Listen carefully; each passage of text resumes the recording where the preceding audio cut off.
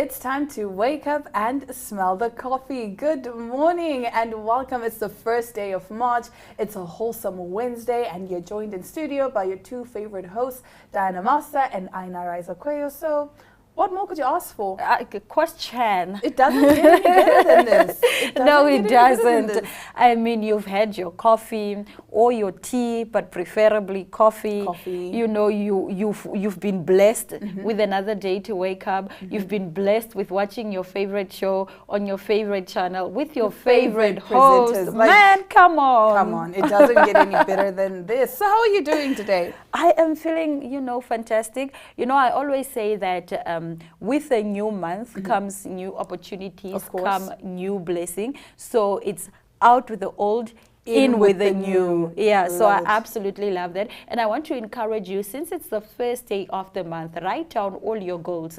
I always say it's always important to write your yearly goals down and then break it down into months, right? So you would have that in this month, I'm going to, apply for 6 jobs. But now, when you break it down to a month, you must also bring it bite size to a week. I like Make that. Weekly goals.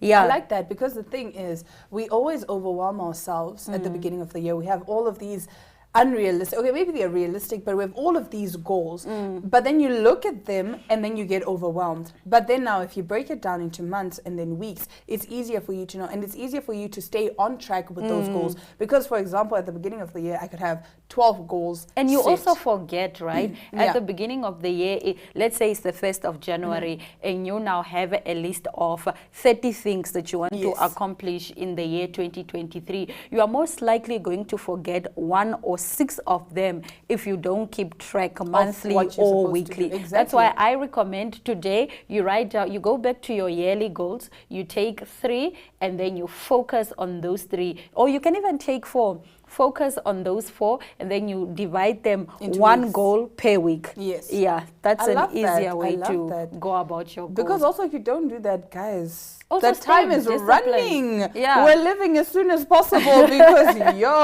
life is going at several hypos per second. Yes. Like, you wake up and it's already December.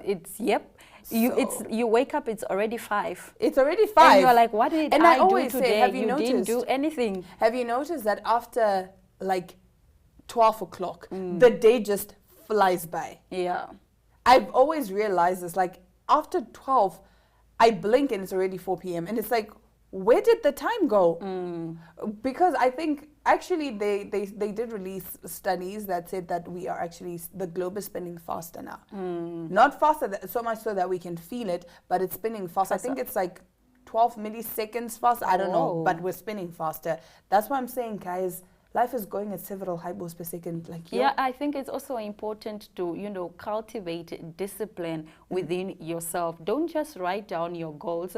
Deliberately work towards them. Yes. Take action. Take a step each and every day to get you closer to your goal. Because if you just write it down, I mean, it does nothing for you. I know the Bible says write down the vision. It will. And the power of manifestation. The power of manifestation. But you need to go out there and get those goals. It all revolves around action. Without action, you can pray until Jesus comes. Nothing is going to happen for you. So you gotta act. You gotta stand up every day and take deliberate action. And all of this takes discipline. Yes, you need to have a lot of self-discipline. All right. Now we're going to take a quick ad break and bring you some of the latest top stories all over the world. Stay tuned.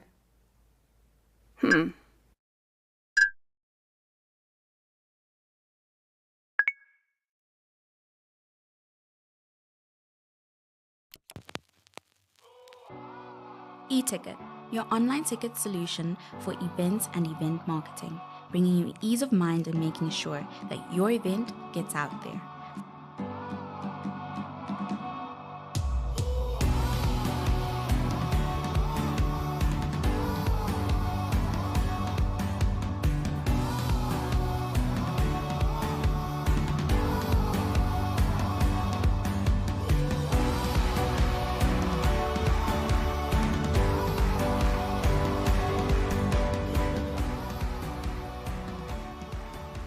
For more information, contact events@nhmh.com.na.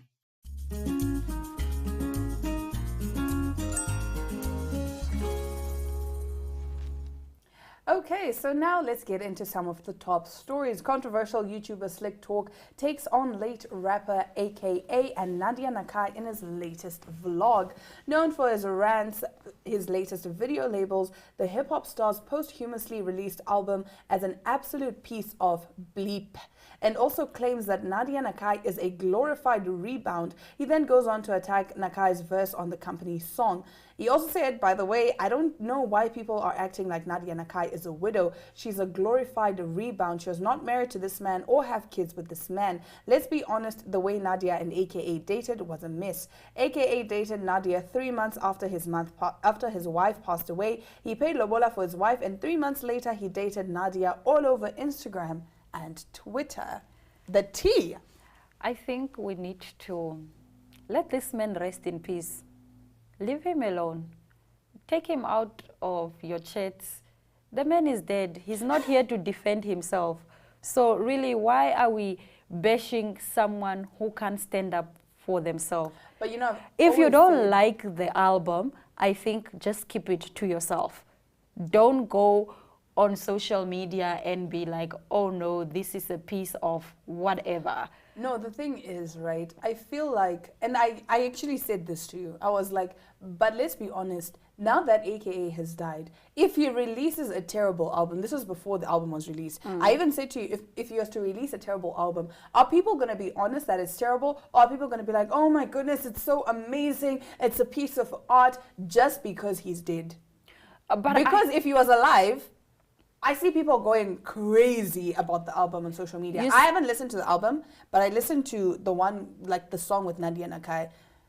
It did not give. If he was alive, and people are allowed to come with different opinions, because then that contributes to his art. He can then decide, okay, in my next album, I'm going to do better, or actually, your opinions don't all matter. This is my art. This was great. But now, why are we giving opinions when we all know that there's nothing that could be done about this? But it's the same thing. You're praising the album. So I agree with you when you say, rather, like, if you feel like the album is bad, don't say anything. Even if you feel that the album is good, just enjoy the music. Just enjoy the music. But now the problem is we don't actually know if people are enjoying the album or they're just saying that because AKA is dead. But and I that's don't my think problem. It doesn't matter, actually, because the man is dead. Quiet. For me, just be quiet. Like, if you feel like the album is bad, just be quiet. If you feel like the album, I feel like, in all honesty, like that song with Nadia Nakai, I'm sorry, it did nothing for me. I was like, what is this? Okay. But you don't see me going all over social media and being like, oh no,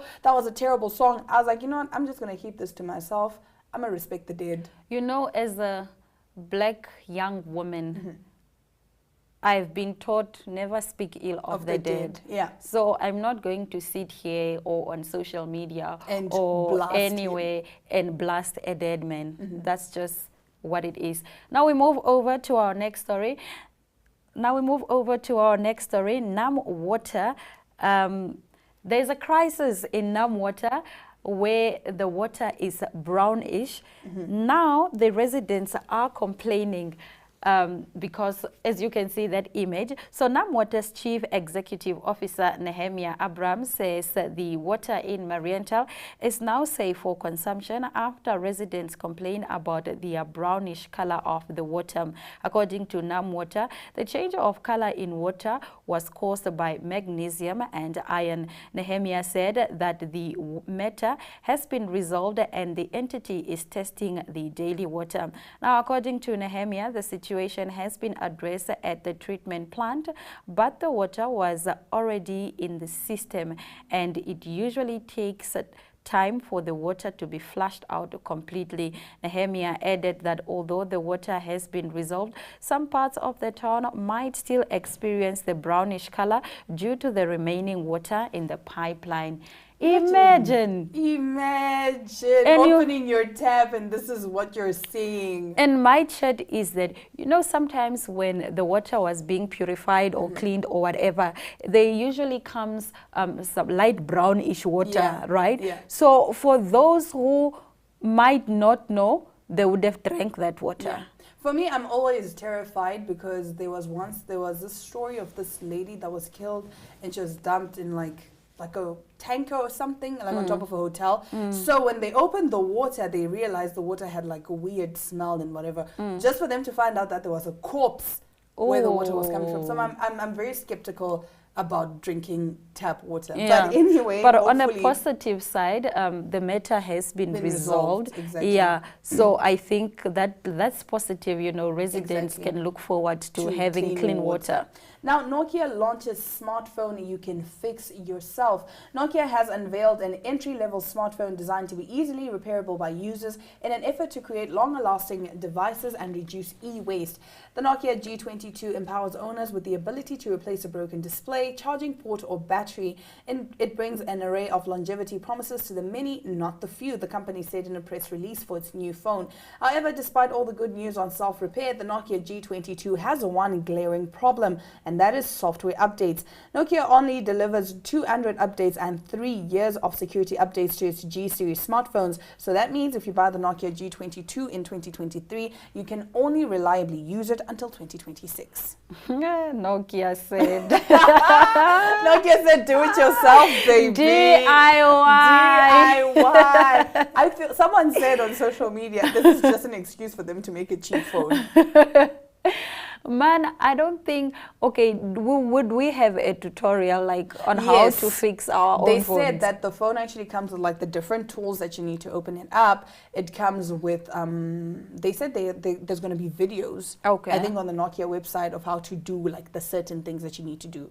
So I think for me, it's too much admin. It's a good idea. It's a brilliant idea, but like it's too much admin. But now phones are doing the same thing. I think iPhone and Samsung, like I think the new Samsung S23 also comes with that feature. Although with the Samsung, it's a little more complicated because they were saying you have to melt the glue at the back so that you can open the phone and what. Like it's more complicated than the Nokia because the Nokia is not glued together. So it's giving me very much 2009-10 vibes. You remember when you dropped your phone and the battery went there, the cover went there? Then you just put it back together. Just put it back together. Love that. Now, in our next story, Michael B. Jordan has confronted a journalist or reporter who allegedly bullied him in, primary school. Now, Michael B. Jordan came face to face with one of his high school bullies during a recent Creed 3rd premiere event. The Morning Hustle radio show Laurel revealed on a recent episode of her Undressing Room podcast that she attended high school with Jordan and was one of many students who teased the then aspiring actor for his name. You know what's crazy? I went to school with Michael B. Jordan at a point in life, she said on her podcast. And to be honest with you, we teased him all the damn time because his name was Michael Jordan. Let's start there. And he was no Michael Jordan. Oh. Did you watch the interview? I just saw him throw shade. No, he was like, the girl was like, hey, so... I went to school with you. I went to school with you. And he was like, right, the nerd. Right? The nerd. The corny kid. The corny kid, right? the nerd. You know, like, I feel like you must... The thing is, people now want to sit with you just because you're famous. No, but she was there just doing her work, her job. She was not there. No, but she was trying to jump on cloud because now she's like, actually, I went to school with him. And he's like, yeah, you did. And this is what you used to call me. And I respect him for that. Oh, guys, it's not that serious. All right, now after the break, we're going to head on over to the Bell House Gallery and talk to the Homage to Earth artist, Trevor Knott. Stay tuned. Tourismus Namibia is a weekly tourism show that brings you the latest news in the tourism industry and topics related to that. Tourismus aims at reaching travelers, accommodation, restaurant establishments, agricultural and financial institutions. The show focuses on tourism news, where to travel to fit your budget, 4x4 drives, routes and destinations, and so much more. Tourismus is broadcasted on NTV, 1up2.com and cross-chat on the following Facebook platforms: the Republikein, Algemeine Zeitung, Namibian Sun and Namibia Media Holdings. Contact tourismus@synergy.com.na for news and advertising related queries. Tourismus, bringing the world to Namibia.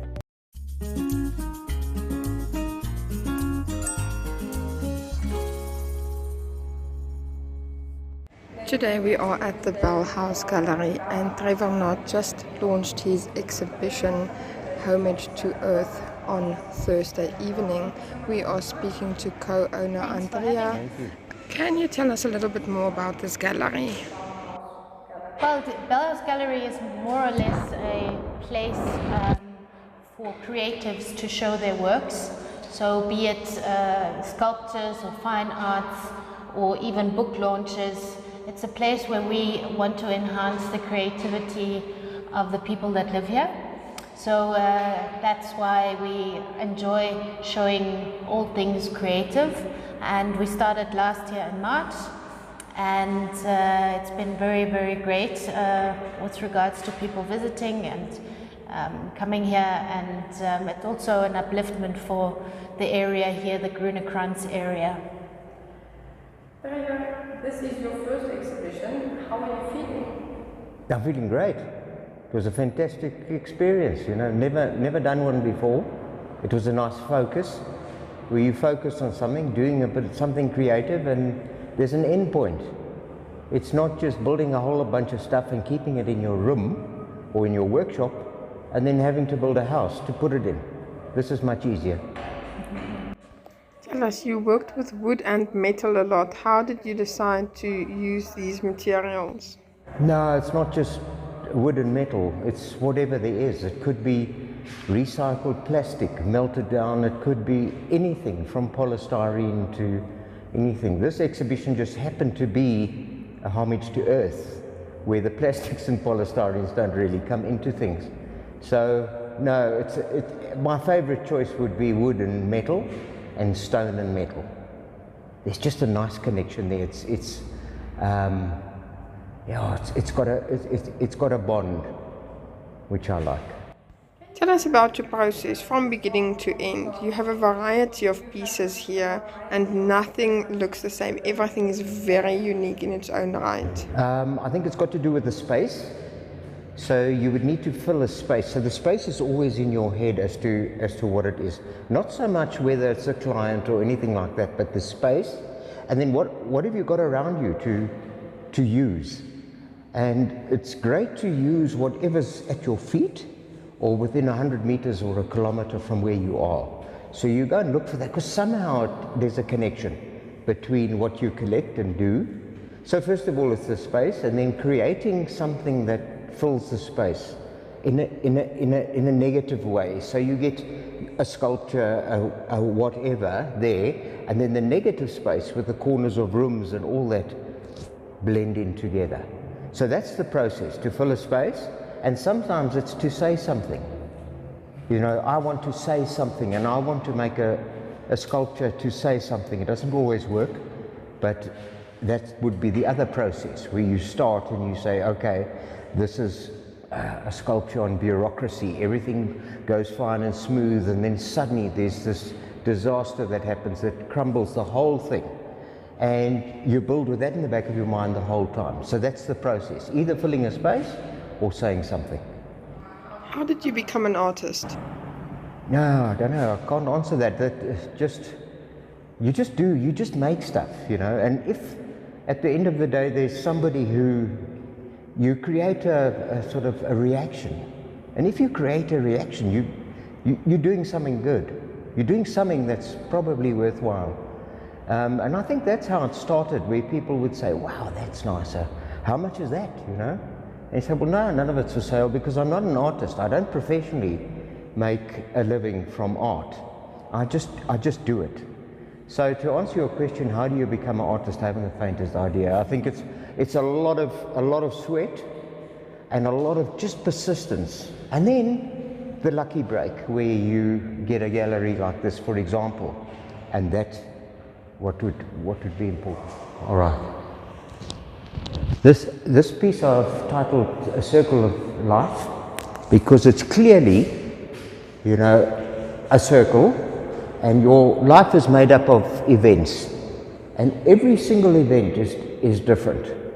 And they make up this whole circle of life. Some people have a small circle. They don't go beyond their comfort zone. They don't do anything. Some people's circles are bigger. In other words, their lives are fuller, I should imagine, and they're made up of far more events. Until you get to the outside circle, which is sort of the hyper person, which does a hell of a lot of stuff. And it's all one on top of the other made up of many events. And then like life itself, it suddenly gets a curveball. And then suddenly your whole orbit would be changed by one movement like that, where your circle, the orbit is changed in relation to the others. And it's like a huge event where all your little events are then put into another orbit. So the whole sculpture can change to whatever it needs to look like in the end, so it can do whatever. But that is the philosophy of what life is probably about. It's about all these little events, little lives, big lives, and then suddenly you can get chucked out of orbit and you are then it's a curveball. Thank you so much. Okay.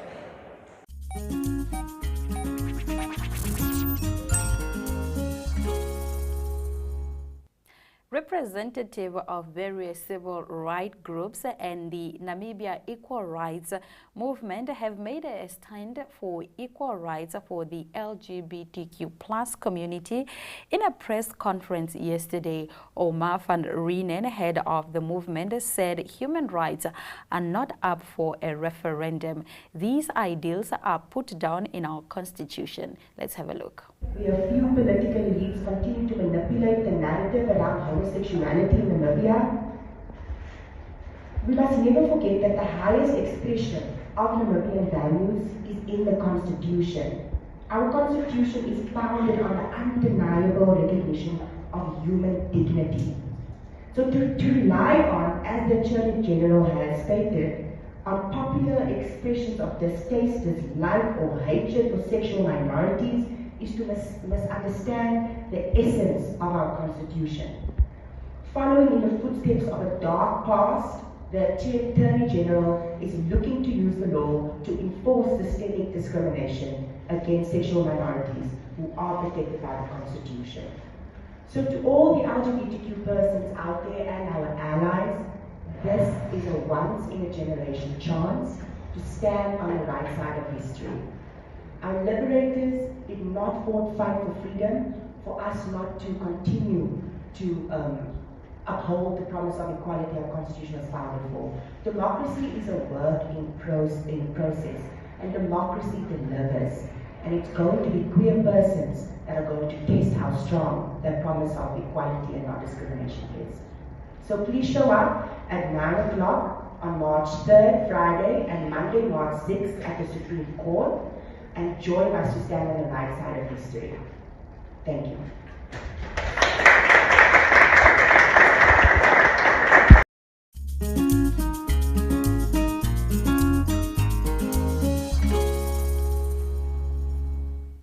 And with that, we have come to the end of another exciting episode of Smell the Coffee. We had so much to talk about today. Today was giving too much. We chatted. We chatted and we chatted and we chatted. And you know, it's actually sad because we were only given a short amount of time to speak. We could chat forever. We chat. We chat for a living. We chat for a living. It's always my favorite is always seeing the doctor be like, wrap it up, and we're just there like so. Like just to make my point. Just to make my point, because one thing we have to make our points, right? Definitely. So you did enjoy today's show. I did enjoy the stories. I think they were very interesting. Right? Yeah. All right. So again, this is it. This is the end of today's episode of Smell the Coffee. Thank you so much for joining me, Diana Master, and Aina Riza Quayo. Until tomorrow, it's all our love, all our light. Adios.